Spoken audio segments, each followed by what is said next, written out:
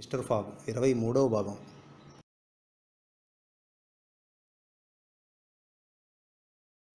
మరి బంధువులు అడుగుతుంది ఆవిడ.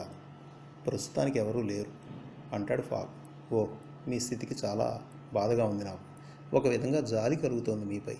ఇటువంటి విపత్కర పరిస్థితుల్లో ఒంటరితనం అసలు పనికిరాదు. మీ బాధలు మీకుగా ఎవరికీ చెప్పుకోకపోయినప్పటికీ వారంతట వారుగా చొరవ తీసుకోగల వారి అవసరం ఉంది మీకు.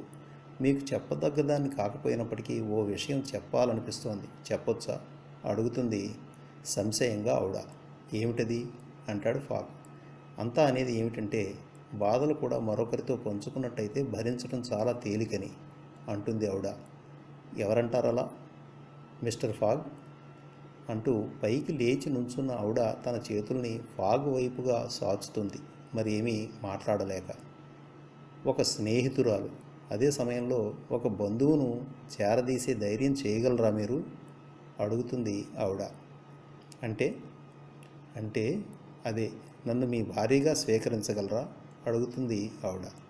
ఆ మాటలు విన్న ఫాగ్ కూడా పైకి లేచి నుంచుంటాడు. అతని కళ్ళల్లో ఎప్పుడూ చూడని కాంతి కనిపిస్తోంది. అతని పెదాలు కూడా వణుకుతున్నాయి. ఆవిడ మాత్రం ఫాగ్నే చూస్తోంది తదేకంగా. తనకు ప్రాణభిక్ష పెట్టిన అతనికి తను మరేమిచ్చి రుణం తీర్చుకోగలదు? ఇప్పుడు వచ్చింది తనకు అవకాశం. ఆమె నోటి నుండి వచ్చిన ఆ మాటలు సంభ్రమాశ్చర్యాలకు గురి చేసే ఫాగును. కాసేపు కళ్ళు మూసుకుని తన భావాల్ని నియంత్రించుకునే ప్రయత్నం చేస్తాడు అతను. తప్పకుండా, నేను కూడా ప్రేమిస్తున్నా మిమ్మల్ని. ఇక నుండి నేను మీ సొంతం ఎప్పటికీ అంటాడు ఫాగ్. ఓ అనుకుంటూ తన చేతుల్ని అతని హృదయంపై వేసి సున్నితంగా నిమురుతుంది ఆవిడ. వెంటనే పసిపాటును పిలుస్తాడు ఫాగ్. లోనికి వచ్చిన అతని ముఖం వెలిగిపోతూ ఉంటుంది అక్కడి దృశ్యం చూసి. ఆవిడ చేతుల్ని తన చేతుల్లోకి తీసుకున్న ఫాగ్ ఇంకా అలాగే ఉన్నాడు. ఏమి జరిగి ఉంటుందో అర్థమైపోయింది పసిపాటుకు. మిస్టర్ పసిపాట్, మేరీల్ బోర్న్ చర్చికి చెందిన రెవరెండ్ శామ్యూల్ వద్దకు వెళ్ళి వివాహం గురించి వాకబు చేయటానికి సమయం సరిపోతుందా అడుగుతాడు ఫాగ్. ఎంత మాట మాస్టర్, ఎందుకు సరిపోదు? ఇప్పుడు ఎంత అయిందని? 8 గంటల 5 నిమిషాలే కదా. తక్షణమే వెళ్ళొస్తా. వివాహం ఎప్పుడంటే ఏమి చెప్పాలి? రేపు సోమవారం నాడంటే సరిపోతుందా? పసిపాట్ అలా అనడంతో ఆవిడ వైపు చూస్తాడు ఫాగ్. రేపు సోమవారం నాడే జరిపించమని చెప్దామా? మీరెలా అంటే అలానే సిగ్గుపడుతూ ఉంటుంది ఆవిడ. మరుక్షణమే అదృశ్యమైపోయాడు అక్కడి నుంచి పసిపాట్. ఇక్కడ ముఖ్య విషయం ప్రస్తావించవలసిన అవసరం ఉంది. అసలు రాబరైన జేమ్స్ స్ట్రాండ్ ఎడిన్బ్రోలో డిసెంబర్ 17న అరెస్టు కాబడ్డ తర్వాత ఇంగ్లీష్ వాళ్ళ అభిప్రాయాల్లో మార్పు కొట్టొచ్చినట్టుగా కనిపిస్తుంది. సరిగ్గా 3 రోజుల క్రితం ఫాగ్ ఒక దొంగ. పోలీసు యంత్రాంగం అంతా అతని వెంటబడింది అప్పటిదాకా. ఇప్పుడు అతను పెద్ద మనిషి. కేవలం పరువు ప్రతిష్టల కోసం మరియు సరదా కోసం పాకులాడే ఒక సాదాసీదా ఇంగ్లీషు పెద్ద మనిషి. దినపత్రికల్లో చర్చలు తిరిగి ఊపందుకున్నాయి. ఫాగ్పై పందెం కాసేవారి సంఖ్య రోజు రోజుకు పెరిగిపోసాగింది. ఫాగ్ బాండ్స్ మళ్ళీ షేర్ మార్కెట్ను కుదిపేస్తున్నాయి. అతనికి అనుకూలంగా పందెం కాసిన వారి సంఖ్య అనూహ్యంగా పెరిగిపోసాగింది తిరిగి. రిఫార్మ్ క్లబ్బు సభ్యుల పరిస్థితి అయితే చెప్పనే అక్కర్లేదు. ఆ 3 రోజులు చాలా ఇబ్బందిగా గడిచాయి వారికి. తామంతా మరిచిపోయిన ఫిలియాస్ ఫాగ్ తిరిగి వస్తాడా లేదా? అసలు దొంగ అరెస్ట్ అయిన ఆ రోజున ఫాగ్ ఎక్కడుండి ఉంటాడు? అతను ప్రారంభించిన ప్రపంచ యాత్రలో అది 76వ రోజు. అతని గురించిన వార్త ఒక్కటి కూడా రాలేదు అప్పటిదాకా. అతను మధ్యలోనే తన ప్రయత్నాన్ని విరమించుకున్నాడా, లేక ఇంకా కొనసాగిస్తూనే ఉన్నాడా? తను ముందే చెప్పినట్టు డిసెంబర్ 21 రాత్రి 9:15 గంటలకు అతను తిరిగి వస్తాడా? ఈ ప్రశ్నలతో సతమతమైపోతున్నారు వాళ్ళందరూ ఆ 3 రోజులు. ఆ 3 దినాల్లో ఇంగ్లాండ్కు సంబంధించిన అన్ని వర్గాల్లో రేగిన ఆసక్తి కానీ ఆందోళన కానీ మిన్నంటిపోయాయని చెప్పాలి. అమెరికా మరియు ఆసియా ఖండాలకు అనేక టెలిగ్రాములు ఇవ్వబడ్డాయి. ఫాగ్ ఆచూకీ తెలుసుకునే దిశగా అనేక ప్రయత్నాలు జరిగాయి. సావిలే వీధిలోని ఫాగ్ నివాసానికి అనేక మంది వ్యక్తులు రోజులు అనేక మార్లు తిరుగుతూనే ఉన్నారు. ఫిక్స్ తాలూకు సమాచారం కూడా పోలీసు శాఖకు అందలేదు. వీటితో నిమిత్తం లేకుండా పందేలు మాత్రం వాటి జోరు అవి కొనసాగించాయి. గతంలో కన్నా పందేల తాలూకు రేట్లు అమాంతం పెరిగిపోయాయి. ఫాగ్ బాండ్లు భారీగా పెరిగిపోయాయి. శనివారం నాడు పాల్మాల్ వద్ద అయితేనేమి, రిఫార్మ్ క్లబ్ వద్ద అయితేనేమి భారీగా గుమిగూడారు జనం. రోడ్లపై భారీ ట్రాఫిక్తో జనజీవనం అతలాకుతలమైపోతోంది. చిల్లర పందాలు కూడా మంచి ఊపు మీద ఉన్నాయి. రోడ్లపై గుమిగూడిన జనాన్ని అదుపు చేయటం పోలీసుల వల్ల కావటం లేదు. ఫాగ్ రావాల్సిన సమయం దగ్గర పడే కొద్దీ జనంలో ఉత్కంఠ పెరిగిపోతోంది. అక్కడి వాతావరణం ఎప్పుడు ఎలా మారుతుందో చెప్పడం కష్టంగా తోస్తోంది అందరికీ. ఫాగుతో పందెం కాసిన అతని 5గురు మిత్రులు రిఫార్మ్ క్లబ్ తాలూకు డైనింగ్ రూమ్లో వేచి చూస్తున్నారు ఫాగ్ రాక కోసం. బ్యాంకర్ అయిన జాన్ సల్లివాన్ మరియు శామ్యూల్ ఫ్యాలంటైన్, ఇంజనీర్ అయిన Andrew Stuart, bank director Gauthier Ralph మరియు బీరు ఫ్యాక్టరీ యజమాని అయిన థామస్ ఫ్లానగన్లు 1000 కళ్ళతో ఎదురు చూడసాగారు ఫాగ్ కోసం. నరాలు తెగే ఉత్కంఠ అక్కడున్న అందరిలో. జెంటిల్మెన్, పందానికి సంబంధించిన గడువు మరో 25 నిమిషాల్లో ముగుస్తుంది అంటాడు తన మిత్ర బృందాన్ని ఉద్దేశించి.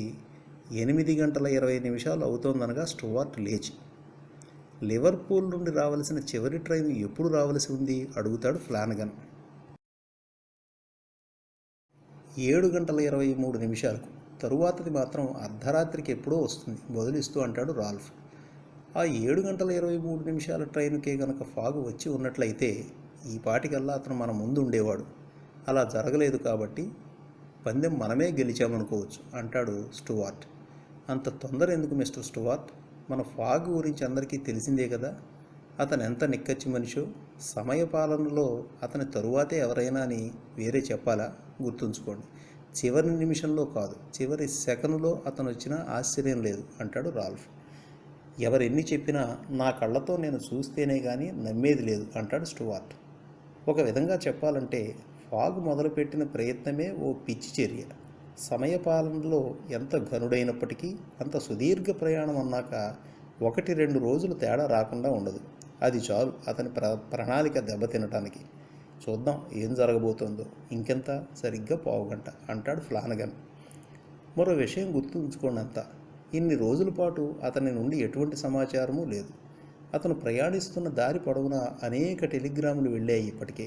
ఏమనుకోవాలి అంటాడు సల్లివాన్. ఇంకక్కడి ఫాగ్ జెంటిల్మెన్, ఓడిపోయాడు పందెం. అతను రావాలంటే ఒకటే మార్గం, అది చైనా ఓడ. అది కాస్త నిన్ననే వచ్చింది. ఫాగ్ పేరైతే అందులో లేదు. ఇదిగో ఆ ఓడ తాలూకు ప్రయాణికుల లిస్టు చూసుకోవచ్చు కావలిస్తే ఎవరైనా. నా ఉద్దేశంలో అతను ఇప్పటికీ మహా చేరుకుంటే అమెరికా చేరుకుని ఉండొచ్చు. మరో 20 రోజుల దాకా చూడలేమతండి. అతడిపై పందెం కాసిన వాళ్ళు అధోగతి పాలు అవ్వాల్సిందే అంటాడు స్టూవర్ట్. అయితే ఏం చేయమంటావు? అతనిచ్చిన చెక్కును రేపటిదాకా బ్యాంకులో వెయ్యలేము కదా అంటాడు రాల్ఫ్. వారి చర్చ ఈ స్థాయికి వచ్చేసరికి సమయం సరిగ్గా 20 నిమిషాలు తక్కువ 9 అవుతుంది. మరో 5 నిమిషాలు అంతే అంటాడు స్టూవర్ట్. ఆ 5గురు మిత్రులు ఒకరి ముఖం ఒకరు చూసుకుంటారు. వారి గుండెలు వేగంగా కొట్టుకోవటం మొదలవుతుంది. ఆందోళన ముఖాల్లో కనపడకుండా జాగ్రత్త పడుతున్నారు అంతా. ఒత్తిడి జయించే దాంట్లో భాగంగా పేక ఆడదామని నిశ్చయించుకుంటారు ఫాలంటైన్ సలహాపై. ఎవరెన్నైనా చెప్పండి, నా 4000 సురక్షితమే. ఎవరైనా నాకు 3999 పౌండ్లు ఇస్తే కానీ నేను ఆ 4000 పౌండ్లు ఇచ్చేది లేదు కొంటిగా అంటాడు స్టూవర్ట్. 18 నిమిషాలు తక్కువ 9 అయింది అప్పుడు. వారంతా పేక ఆడుతున్నారే కానీ ఎవరి దృష్టి ఆట మీద లేకపోగా గడియారం మీద నుంచి మాత్రం మరలడం లేదు. 8:43 అయింది. రిఫార్మ్ క్లబ్లో అంతా నిశ్శబ్దం. నరాలు తెగే ఉత్కంఠ రాజ్యమేలుతోంది. అయితే అదెంతసేపో కొనసాగలేదు. బయటంతా రణగొణ ధ్వనులతో మారు మ్రోగిపోతుండటంతో మరికొన్ని క్షణాలకే క్లబ్లోని వాతావరణం మారిపోయింది ఉన్నట్టుండి. గడియారపు ముళ్ళు చేసే చప్పుడును చెవులు రెక్కరించుకు వింటున్నారంతా. 8:44 కంగారుగా అంటాడు సల్లివాన్. మరో నిమిషం గడిచినట్లయితే వారిదే గెలుపు. వారి చేతుల్లోని పేక ముక్కలు చెల్లా చెదురుగా పడిపోయాయి నేలపై. మరో 40 సెకండ్లు కూడా గడిచిపోయాయి. మార్పు లేదు. 50వ సెకనుకు కూడా అదే పరిస్థితి. 55వ సెకను అయిందో లేదో ఒకటే గందరగోళం బయట. మన వాళ్ళంతా పైకి లేచి నిలబడ్డారు ఆత్రంగా అదేంటో చూద్దామని. 57వ సెకను అయ్యేసరికి క్లబ్బు తాలూకు తలుపులు తెరుచుకున్నాయి. ఆ మరుక్షణమే ఫాగ్ దర్శనమిచ్చాడు. అతన్ని అనుసరిస్తూ అతని వెనుకే లోనికి వచ్చేందుకు ప్రయత్నిస్తున్నారు అశేషమైన జనం. వచ్చేసా జెంటిల్మెన్ అంటాడు ఫాగ్ టోపీని తలపై నుండి తీసి చేతిలో ఉంచుకుంటూ కొద్దిగా ముందుకు వంగి. అవును, వారి ముందు విజయగర్వంతో నిలబడ్డ వ్యక్తి ఫిలియస్ ఫాగే. ఒకసారి వెనక్కి వెళదాం. ఫాగ్ పురమాయించగా సరిగ్గా 8:05 రెవరెండ్ శామ్యూల్ విల్సన్ను వెతుక్కుంటూ అతని ఇంటికి వెడతాడు పర్సిపాట్. ఆ సమయంలో ఆయన అక్కడ లేకపోవడంతో దాదాపు 20 నిమిషాల పాటు అక్కడే వేచి ఉండాల్సి వస్తుంది పసిపాట్. రెవరెండ్ గారు తెలియజేసిన ఒక విషయం అతన్ని తీవ్ర దిగ్భ్రాంతికి గురి చేస్తుంది. దాంతో ఆగమేఘాల మీద ఫాగ్ నివాసానికి తిరిగి బయలుదేరతాడు పసిపాట్. కానీ అతను ఎలా వెడుతున్నాడో తెలిస్తే ఎవరైనా సరే మూర్ఛపోవలసిందే. అక్కడికి చేరే క్రమంలో పసిపాట్ టోపీ ఎక్కడో పడిపోయి అతని జుట్టు చిందరవందరగా తయారవుతుంది. దారికి అడ్డొచ్చిన ఎవరినైనా సరే తోసేస్తున్నాడు అతను. ఒక సూపర్ ఫాస్ట్ రైలు పరిగెడుతున్న చందంగా ఉంది అతను వెళ్ళే పద్ధతి. 3 నిమిషాల్లో చేరుకుంటాడు సావిలే వీధికి. ఆ విధంగా ఫాగ్ నివాసానికి వచ్చిన పసిపాట్ క్షణం కూడా ఆలస్యం చేయకుండా అతని గదిలోకి చొచ్చుకుపోతాడు. అతని నోటి వెంట మాటలు మాత్రం రావటం లేదు. ఏం జరిగింది, ఎందుకు అలా కంగారుగా ఉన్నావు అడుగుతాడు ఫాగ్. సార్, ఏం జరిగిందంటే రేపు వివాహం ఎట్టి పరిస్థితుల్లో వీలు కాదుట. వీలు కాదా అంటే రేపు వీలు కాదుట. ఎందుకలా? ఎందుకంటే రేపు ఆదివారం కాబట్టి. మతి కానీ పోలేదు కదా. రేపు ఆదివారం ఏమిటి, సోమవారం అయితేను కాదు. ఈరోజు శనివారం అయితే రేపు సోమవారం ఎలా అవుతుంది? శనివారమా? అసంభవం. అవును, ఈరోజు ముమ్మాటికి శనివారమే. మీరెక్కడో పొరపాటు పడ్డారు రోజులు గణించటంలో. మనం 80 రోజుల్లో కాదు, 79 రోజుల్లోనే వచ్చేసాం. అంటే ఒక రోజు ముందే. కానీ మీరది నిరూపించుకోవటానికి 10 నిమిషాలే ఉంది అంటాడు పసిపాల్. అలా అంటూనే తన యజమాని రెక్కలు పట్టుకుని బయటకు ఈడ్చేస్తాడు. క్షణం కూడా ఆలస్యం చేయని ఫాగ్ వెంటనే ఒక క్యాబ్ మాట్లాడుకుని రిఫార్మ్ క్లబ్కు బయలుదేరతాడు. 200 పౌండ్లు ఆఫర్ చేశాడు ఆ క్యాబ్ వాడికి. మార్గమధ్యంలో 5 అలాంటి క్యాబుల్ని దాదాపు ఢీ కొట్టినంత పని చేసిన ఫాగ్ వెడుతున్న క్యాబ్ ఎలా అయితే రిఫార్మ్ క్లబ్ చేరుకుంది. 8 గంటల 45 నిమిషాలు అవుతోందనగా. అదిగో అలా చుట్టి వచ్చాడు 80 రోజుల్లోనే ప్రపంచాన్ని ఫాగ్.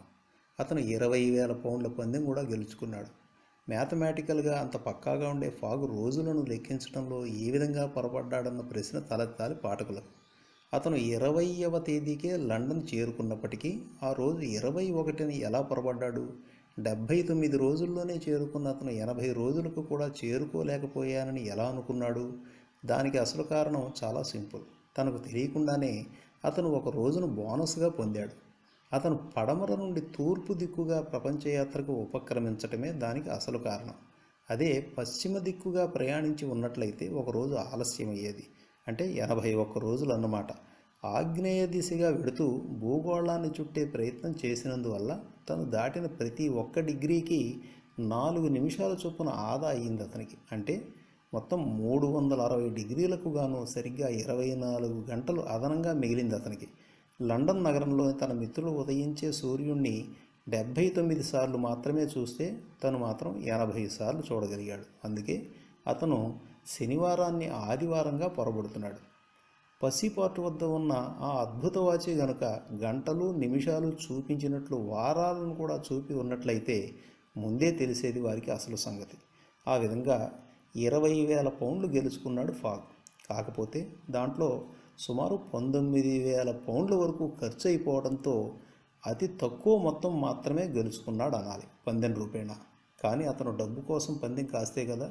చిత్రంగా అలా మిగిలిన ఆ 1000 పౌండ్లను కూడా అత్యంత నిజాయితీపరుడైన పసిపాటుకు మరియు దురదృష్ట ఫిక్స్కు సమానంగా పనిచేశాడు అతను. డిటెక్టివ్ ఫిక్స్పై ఫాగ్కు అటు కోపం కానీ ద్వేషం కానీ ఉన్నట్టు అనిపించదు. కాకపోతే తను ఆ రోజు లివర్పూల్లో అదుపులోకి తీసుకునే ముందు బ్యాంకు రాబరీకి సంబంధించిన వాస్తవాలను మార్పులను ఎప్పటికప్పుడు తను అప్డేట్ చేసుకోలేదన్న కారణంగానే తను అతన్ని కొట్టవలసి వచ్చింది. ఒక దొంగను పట్టుకునే ముందు ఎప్పటికప్పుడు నిర్దిష్టమైన సమాచారం తన వద్ద ఉంచుకోకుండా ఏదో యథాలాపంగానూ గుడ్డెద్దు చేలో పడ్డట్టుగానూ ప్రయత్నించడం సరికాదనేది ఫాగ్ అభిప్రాయం. అతని మూర్ఖత్వానికి అసమర్థతకు తను బలి కావలసి వచ్చిందన్నది వాస్తవమే అయినప్పటికీ అతను పడ్డ కష్టాలను మార్గమధ్యంలో తనకు అందించిన సహాయ సహకారాలను దృష్టిలో ఉంచుకుని అతనికి కూడా పసిపాటుతో సమానంగా వాటా కల్పించినట్టు అనుకోవాలి. ఫిక్స్ ఉద్దేశపూర్వకంగా తలపెట్టిన మరియు చేసిన దుష్టకార్యాల గురించి ఫాగ్కు తెలిసి ఉంటే మరెలా ఉండేదో. పసిపాటు ఈ విషయాలు అతనికి తెలియపరచలేదనుకోవాలి. పసిపాటు తన గదిలో ఆపటం మర్చిపోయిన కారణంగా ఈ 80 రోజులు యథేచ్ఛగా మండుతూ వచ్చిన గ్యాస్ తాలూకు ఖర్చును మినహాయించుకుని మాత్రమే అతనికి ఇస్తాడు ఫాగ్. పసిపాటు మూలంగా తన జేబుకు పడిన చిల్లు మాత్రం తన ప్రయాణ ఖర్చుల్లో భాగమనే తలపోసి ఉండాలి ఫాగ్. మనం వివాహం చేసుకుందామని మీరు మనస్ఫూర్తిగానే కోరుకుంటున్నారా అని మరోసారి అడుగుతాడు ఔడాను ఫాగ్ ఆ సాయంత్రం. మిస్టర్ ఫాగ్, అది నేను అడగవలసిన ప్రశ్న. నేను ఆ ప్రస్తావన తీసుకొచ్చినప్పుడు మీరు ఆర్థికంగా తీవ్ర నష్టానికి గురయ్యారు. మరి ఇప్పుడు మీరు అత్యంత సంపన్నులు. కాబట్టి మీరే చెప్పాలి, నా ప్రపోజల్ ఇప్పటికీ మీకు సమ్మతమేనా అని అంటుంది ఔడా. అలా అనకూడదు మీరు. వాస్తవంగా ఈ సంపద అంతా మీకే చెందాలి. మీరు ఆనాడు మన వివాహ ప్రస్తావనే కనుక తీసుకురాకపోయి ఉన్నట్టయితే ఇలా జరిగి ఉండేదా? పసిపార్ట్ ఆ విల్సన్ వద్దకు వెళ్ళి ఉండేవాడు కాడు. మనకు ఆనాడు ఆదివారం కాదు శనివారమే అన్న విషయం తెలిసి ఉండేది కాదు. నేను చేసిన పొరపాటు కాలగర్భంలో కలిసిపోయి ఉండేది. అంతేనా? సంపదతో పాటు నాకెంతో గౌరవాన్ని, పేరు ప్రతిష్టలను తీసుకొచ్చిన పంద్యాన్ని గెలవటం అనేదే జరిగి ఉండేది కాదు. ఏమంటారు ఇప్పుడు? ఓ మిస్టర్ ఫాగ్, అవును డియర్ ఔడా. మరి మీరు ఎప్పుడూ అంటూ ఉండే మ్యాథమెటికల్ స్క్వేరింగ్ మాట ఏమిటి? కేవలం ఇతరులను ఓదార్చడానికేనా అది? మీరు సిద్ధాంతీకరించిన దాన్నే మర్చిపోతున్నట్టున్నారు మీరు. కాబట్టి దీంట్లో నా ప్రయోజకత్వం ఉందంటారా? చెప్పండి ఇప్పుడు. అంతా మ్యాథమెటికల్ స్క్వేరింగే కదా అంటుంది ఆవిడ. ఒక్కసారిగా ఆలోచనలో పడతాడు ఫాగ్. తన వద్ద సరైన సమాధానం లేకపోవడంతో మౌనముద్ర వహిస్తాడు. అంతేకాదు మిస్టర్ ఫాగ్, ఆ మ్యాథమెటికల్ స్క్వేరింగ్లోనే చోటు చేసుకున్న తప్పిదాలైతేనేమి, కష్ట నష్టాలైతేనేమి అన్నిటికీ మీరే బాధ్యత వహిస్తూ ఒప్పులను, విజయాలను ఇతరుల ఖాతాల్లో జమ చేయటం కూడా భావ్యమేనంటారా అడుగుతుంది ఆమె. ఆ ప్రశ్న కూడా ఫాగ్ వద్ద సమాధానం లేదు. సరిగ్గా 48 గంటల తరువాత ఫాగ్ ఔడాలు ఒకటవుతారు. ఫాగ్ ఔడాల వివాహ సందర్భంగా చర్చిలో ఒక ఆసక్తికరమైన ఘటన చోటు చేసుకుంటుంది. ఔడాను కన్యాదానం చేసే మహత్తర అవకాశం లభిస్తుంది పస్సీపార్ట్కు. అతను ఆనాడు చితి నుండి ఔడాను రక్షించి ప్రాణభిక్ష పెట్టిన కారణంగానే అతనికి ఈ అవకాశం లభించిందా ఏమో. ప్రీతమా, మిస్టర్ ఫాగ్ను ఉద్దేశించి అంటుంది ఔడా పరవశంగా. ప్రీతమా అంతే అనురాగంగా బదులిస్తాడు ఫాగ్. అలా ఒకరినొకరు గాఢంగా పెనవేసుకుపోతారు వాళ్ళిద్దరు. వివాహ నిమిత్తం వారంతా చర్చికి బయలుదేరే ముందు మరో ఆసక్తికర అంశం లేవనెత్తుతాడు పస్సీపార్ట్. ఏదో ఆలోచన వచ్చిన అతను హడావిడిగా ఫాగ్ గది వైపు వెళ్ళి దబదబా బాదుతాడు ఆ గది తలుపులను.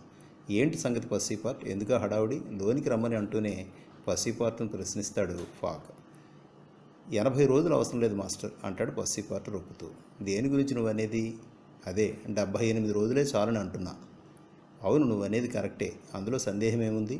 ఇండియా గుండా వెడితేనే అలా అన్నది గుర్తుంచుకో. అంతేకాదు పస్సి, అలా వెళ్ళాము కాబట్టే ఔడాను కాపాడగలిగాము. లేనట్టయితే ఆమె నా భార్య అయ్యేదా? పందెం గెలిచామన్నది మనకు తెలిసేదా? నవ్వుతూ అంటూ తన గది తలుపులు మూసేస్తాడు ఫాగ్. దాదాపు అన్ని రకాల ప్రయాణ సాధనాలను ఉపయోగించుకున్నాడు ఫాగ్ తన ప్రపంచయాత్ర సందర్భంగా. వాటిలో స్టీమర్లు, రైళ్లు, పడవలు, వాణిజ్య నౌకలే కాక స్లెడ్జ్ మరియు ఏనుగుల వంటి అరుదైన వాహనాలు కూడా ఉన్నాయి.